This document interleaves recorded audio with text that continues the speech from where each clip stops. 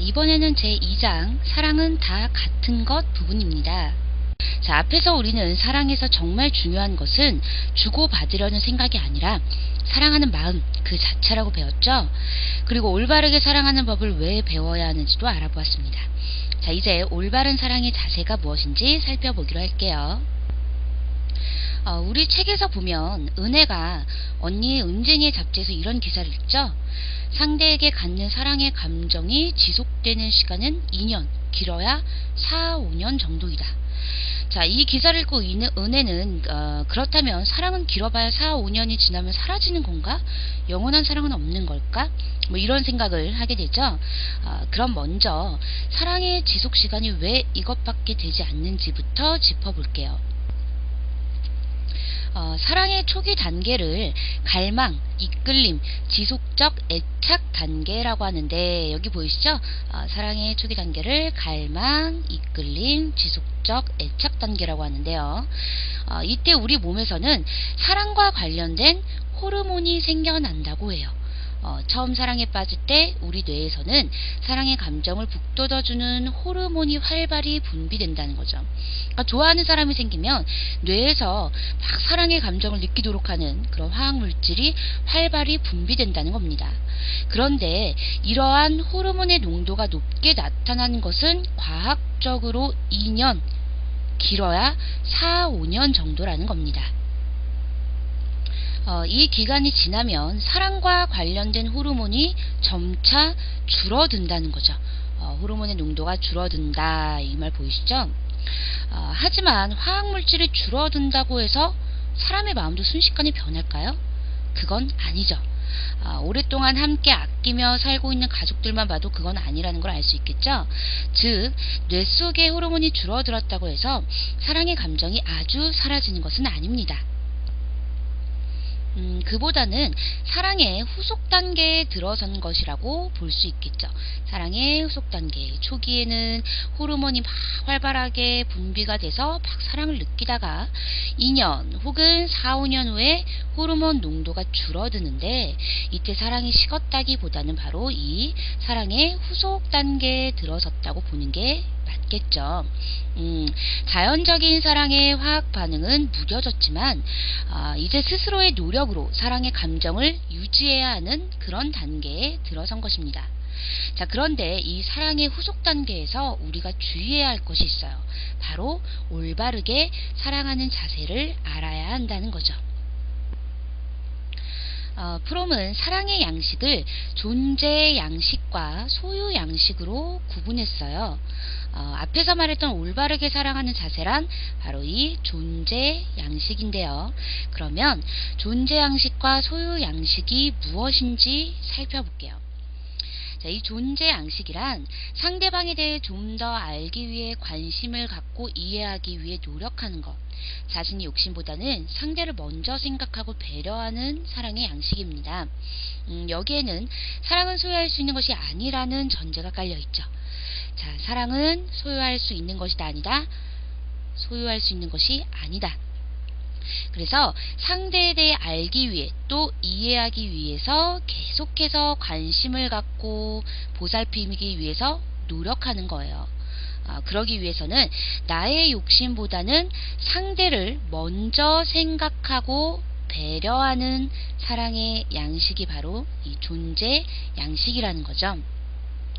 반면에 소유 양식은 상대를 내 것이라고 단정을 짓고 상대에게 지속적인 관심, 이해, 존경보다는 자신의 관점을 먼저 내세우는 사랑의 양식입니다. 이러한 소유 양식은 존재 양식과는 달리 상대에 대한 존중이나 따뜻한 보살핌과 같은 사랑의 배려가 매우 약한 거죠. 배려가 약하다라는 말 보이시죠? 이게 바로 소유 양식의 문제점입니다. 프롬은 이러한 소유 양식은 진정으로 행복해지기 어려운 사랑의 형태라고 보았어요. 진정으로 행복해질 수 없다. 이러한 문제는요, 사람들이 사랑을 소유할 수 있는 대상으로 착각하고 그래서 소유하려고 하는 데서 발생한다는 것이 바로 프롬의 생각이었습니다.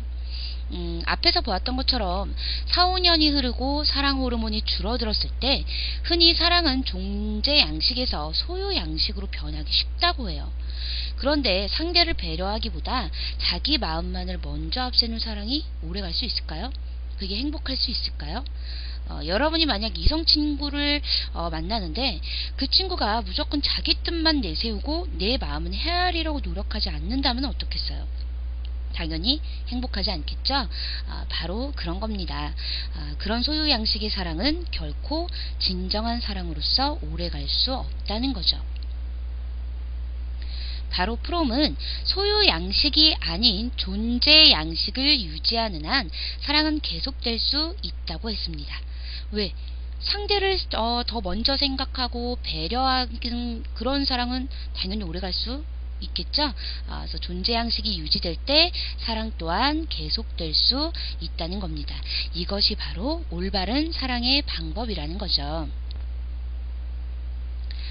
그럼 이 장에서 은진이와 윤정이가 갖고 있는 고민의 문제점이 뭔지 알 수 있겠죠?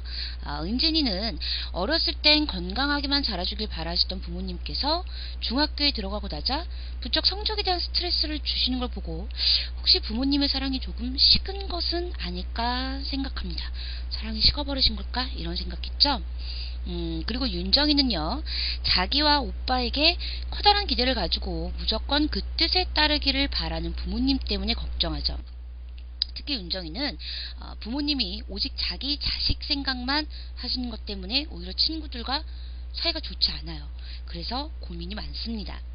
그런데 이것은요, 부모님들이 자식을 사랑하지 않는다거나 혹은 사랑이 식었기 때문이 아닙니다. 바로 사랑의 양식이 존재 양식에서 소유 양식으로 바뀐 거죠. 특히 윤정의 부모님의 경우는 소유 양식으로 자식을 사랑하기 때문에 윤정이가 힘들어하는 겁니다.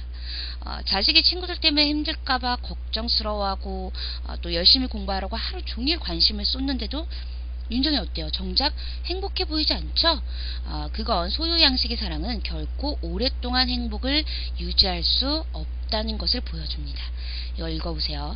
하지만 소유 양식의 사랑은 상대를 진정 행복하게 하는 사랑이 아니라는 거. 이는 우리도 마찬가지예요. 친구, 연인, 가족을 대할 때 내 것이라고 생각하고 자기 마음만 내세우면 안 된다는 거죠. 그래서 우리는 상대를 먼저 배려하고 이해하기 위해 노력하는 게 진짜 사랑이라는 것을 잊으면 안 된다는 겁니다.